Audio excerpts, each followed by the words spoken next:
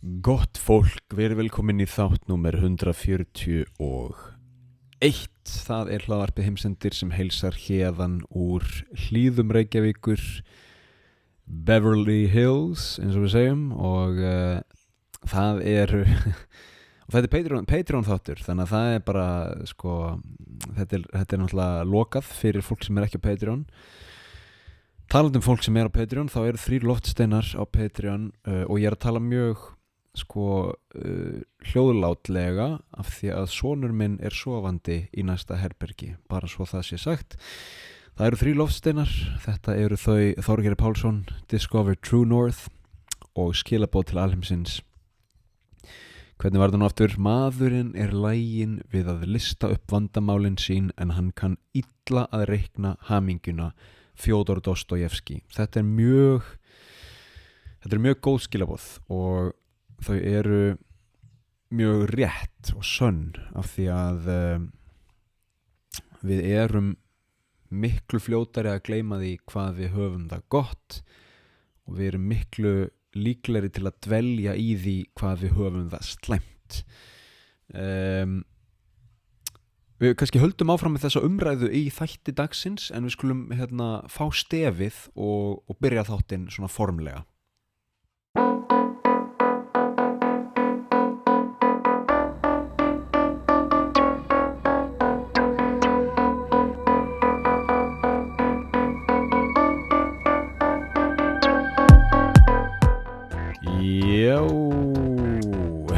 Ég var búinn að segja númer hvað þátturinn væri. Skiptir ekki máli, verið velkomin, gott fólk, verið velkomin í þátt númer 141. Þetta er auðvitað hlaðvarpið Heimsendir sem heilsar hér frá hlíðunum, eins og ég var búinn að segja. Og það er maður er í smá rugli, ég verð bara að viðurkenna það. Þetta er búið að vera skrítinn mánuður, eða segi ég, skrítinn mánuður, það eru 4 dagar liðnir af desember. En ég á kannski frekar við nóvember mánuður. Nóvember var virkilega steiktur upp á það að gera að þetta er fyrsti mánuðurinn í sögu lífs míns þar sem ég er heima með barnið mitt frá 8 til 5 alla virka daga. Do the math. 8 til 5 eru 9 tímar, sinnum 5, 45 tímar.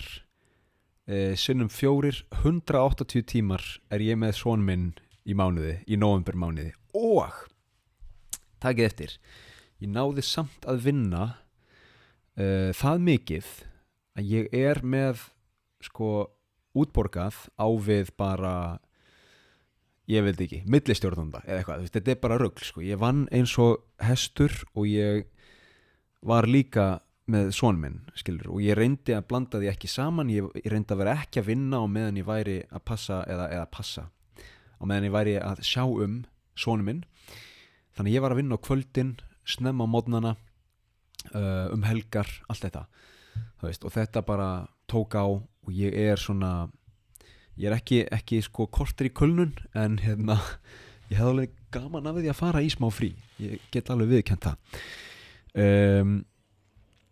Ég hef sagt þetta margoft áður, þetta er náttúrulega lúxusvandamál. Þegar maður er í svona skemmtilegri vinnu og svona skemmtilegum verkefnum, ég náttúrulega er ekki með neina fasta vinnu, ég er bara í alls konar verkefnum, en þegar maður er í því og þegar verkefnin eru svona skemmtileg, þá er það erfiðasta við að eiga barn er einmitt að þú getur ekki unnið eins mikið, þú veist.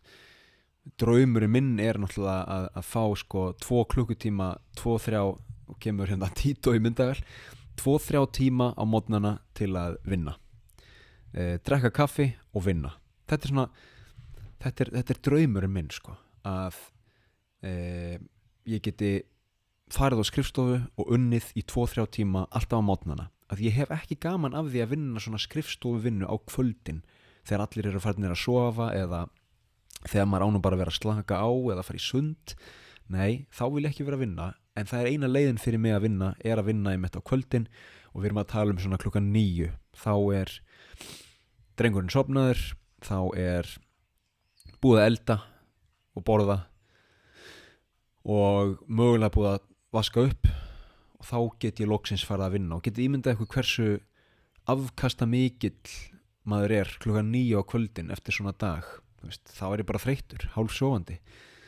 Þannig sem ég segi, draumurinn minn, og ég bið ekki um mikið, er að fá 2-3 tíma alla morgna til að vinna. Það væri fullkomið. Það kemur að því, ekki alveg strax. Ok, þetta er þáttur sem er með óhefðbundnu sniði.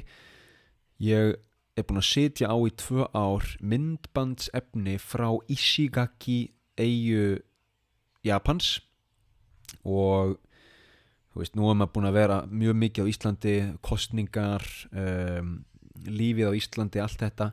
Mér datt í hug að fara aðeins aftur til Japan og svona rifja upp, og vandamálið við þetta efni, ástæðan fyrir því ég sat svona lengi á því, er að þetta er einfaldlega efni sem er svolítið svona samhengislaust. Þetta er ekki vlogg, ég sagði aldrei neina sögu, ég tók bara upp svona svipmyndir frá Ishigaki, og þetta er samtals, ég er búinn að klippa þetta saman, þetta er samtals 10 mínútur.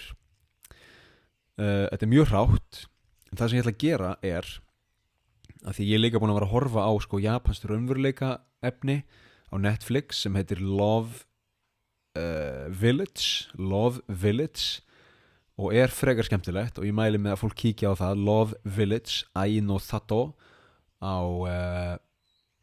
Netflix, og þar eru alltaf svona gaggrínendur eða svona, þú veist, svona sjónvarpslið sem situr í setti og er að kommenta á vídeóin, kommenta á þættina, þú veist, og sumum finnst þetta skrítið, að þetta er eins og áhorfendur sé ekki nógu klárir til að mynda sér eigin skoðun hvað er í gangi. Það þarf frægt fólk til að gera það fyrir þau. En að hinu leitinu þá er þetta svona, það er auðveldara að horfa á þetta einn, af því að það er einhver að horfa með þér, einhver frægur og skemmtilegur einstaklingur. Þannig ég ætla að prófa þetta. Ég ætla að horfa á þetta 10 mínútna vídeo frá Ishigaki sem ég tók árið 2022, og ég ætla bara, þú veist, ég er ekki búin að undirbúa neitt, sko. Þetta er ekkert handrit eða neitt. Ég ætla bara að spjalla þú veist, þetta og eyjuna og þessa ferð. Þannig að komið með í þetta stutta ferðalag með mér og eyjunni Ishigaki.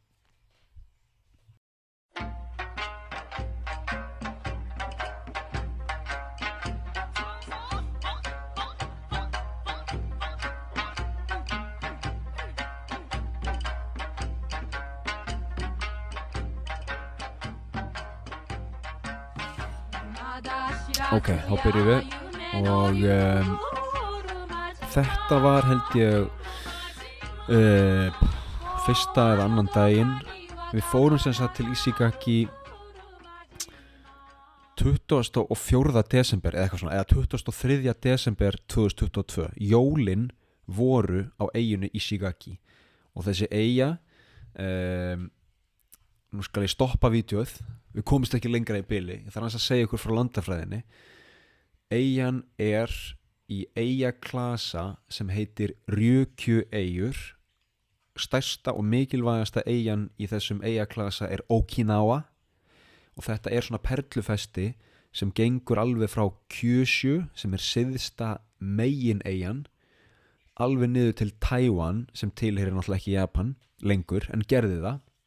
Þessi perlufesti er oft kölluð sko the first island chain, og það er svona, þar kemur inn í sko strategía og varnarstrategía Japans og Bandaríkjanna gagnvart Kína, og Kína myndi kalla þetta náttúrulega ógn við sig, og ég er búinn að fjalla það í öðrum þætti. Ég mæli með að kíkja á það ef þið eru ekki búin að gera það ennþá. Syðstu eyjur Japans og deilur við Kína, held ég að hann heiti.